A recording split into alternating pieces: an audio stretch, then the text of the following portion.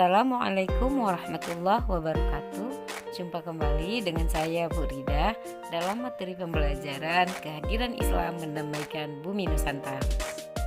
Apa yang kamu pahami tentang gambar di bawah ini? Ya, benar sekali. Gambar tersebut adalah kerajaan-kerajaan yang ada di Indonesia yang menjadi salah satu sejarah masuknya agama Islam di Indonesia. Baik anak-anak ibu, sebelum ke materi kita mengingat kembali kesepakatan kelas kita ya. Terima kasih, tepuk tangan dulu. Nah, ini adalah tujuan pembelajaran kita.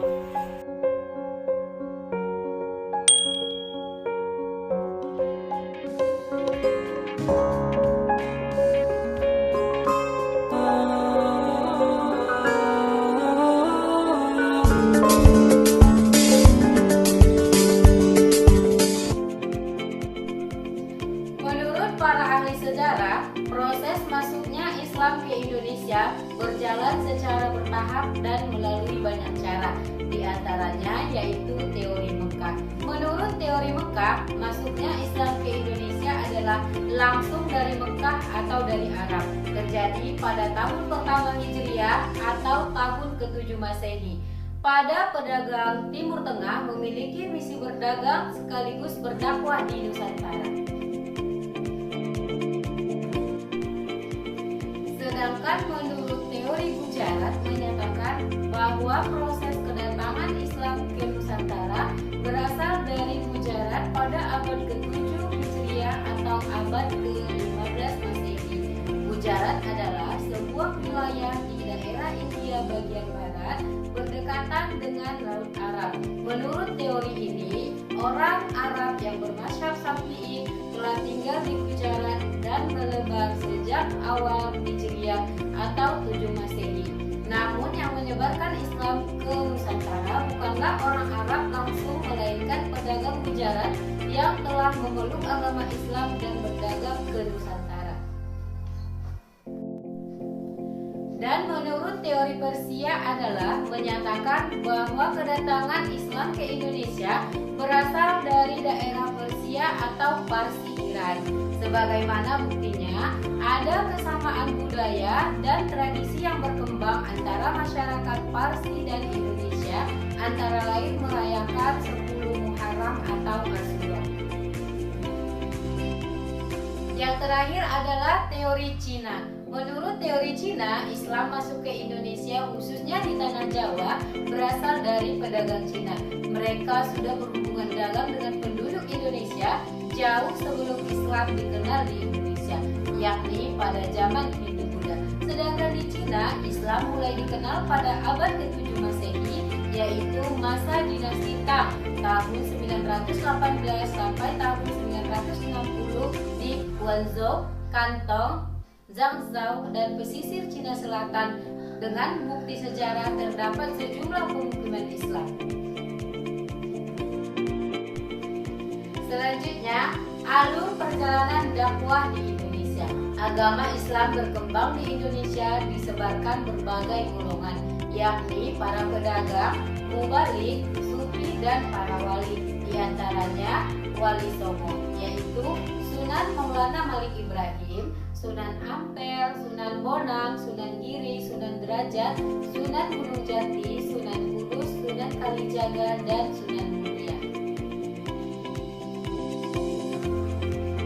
Para mubalik dan dai menyebarkan Islam di Nusantara dengan berbagai cara, yaitu dengan cara perdagangan, perkawinan, pendidikan, hubungan sosial, dan kesenian. Selain dengan cara perdagangan, perkawinan, pendidikan, hubungan sosial, dan kesenian, tersebarnya agama Islam di Nusantara ialah dengan banyaknya berdiri kerajaan-kerajaan Islam. 1. Kerajaan Samudra Pasai. Kerajaan Samudra Pasai merupakan kerajaan Islam pertama di Indonesia, terletak di pesisir timur Laut Aceh, Lok Sumawe atau Aceh Utara, diperkirakan pada abad ke-13 Masehi.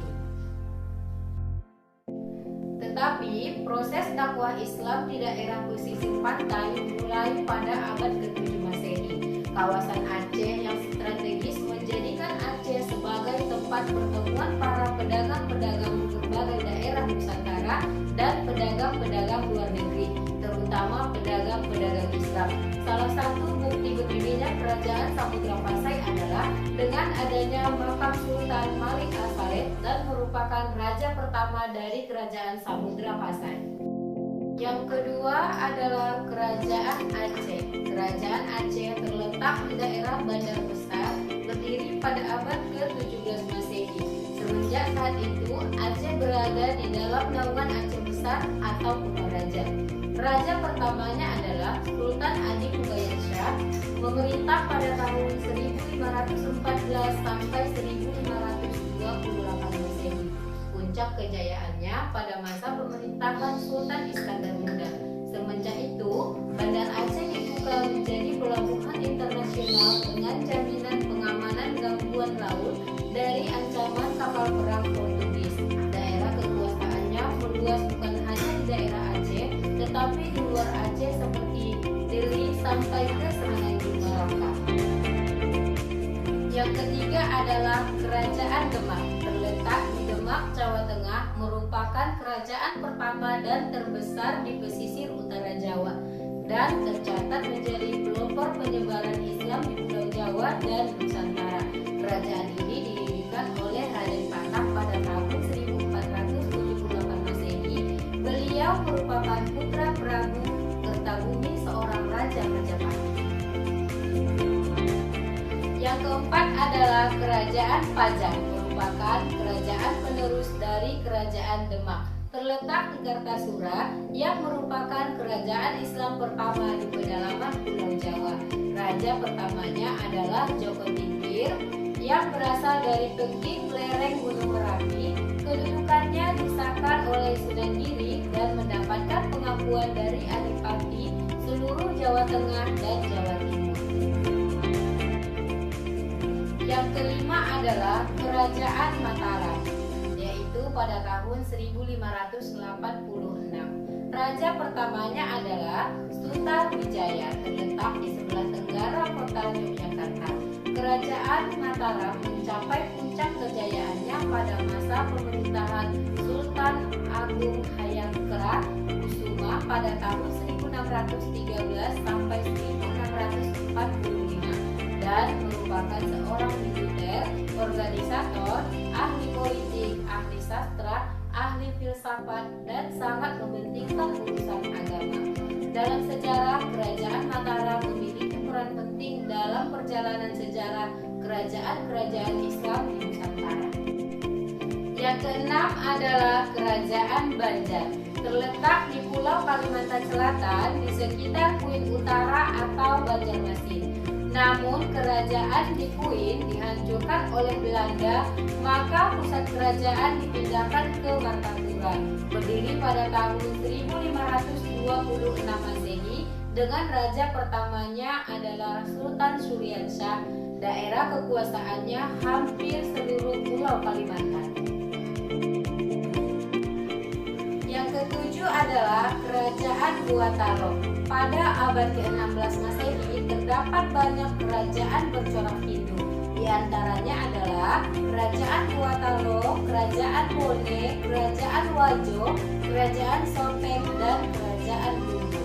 Pada tahun 1605, Sultan Alauddin dari Goa masuk Islam berkat adanya dakwah dari Datuk I Pandang dan Sulaiman dari Minangkabau. Sejak itulah Kerajaan Gua Taro resmi menjadi kerajaan Islam. Puncak kejayaannya pada pertengahan abad ke-17 Masehi. Yang kedelapan adalah Kerajaan Ternate, berdiri pada abad ke-13 di Ternate. Menurut Portugis, raja di Maluku yang pertama masuk Islam adalah Raja Ternate, yaitu Raja Gapibaguna atau Sultan Marhum, yang masuk Islam karena pengaruh dakwah dari Datuk Maulana Husin yang memerintah pada tahun 1465 sampai 1485 Masehi, dan puncak kejayaannya dipimpin pada masa pemerintahan Sultan Ba'abul. ke-9 adalah Kerajaan Tidore. Kerajaan Tidore terletak di Tidore, Maluku Utara yang dipimpin oleh Syahadati atau Muhammad Nakar sekitar tahun 1800 Masehi. Puncak kejayaannya pada masa pemerintahan Sultan Bumbu yaitu tahun 1789 sampai 1805 Masehi. Dan pada tahun 1801 beliau menyerang Ternate dan pada saat itulah Ternate dan Tidore berhasil dipersatukan. Nah, dengan penjelasan tadi, maka sekarang kita sudah lebih mengerti mengenai gerhana Islam di Nusantara, menggambarkan perjuangan dakwah para ulama dalam menyebarkan Islam di Nusantara. Demikianlah video pembelajaran kita kali ini. Semoga bermanfaat. Salam sehat dan tetap semangat. Sampai jumpa di video pembelajaran berikutnya. Wabillahi taufiq wal hidayah. Assalamualaikum warahmatullahi wabarakatuh.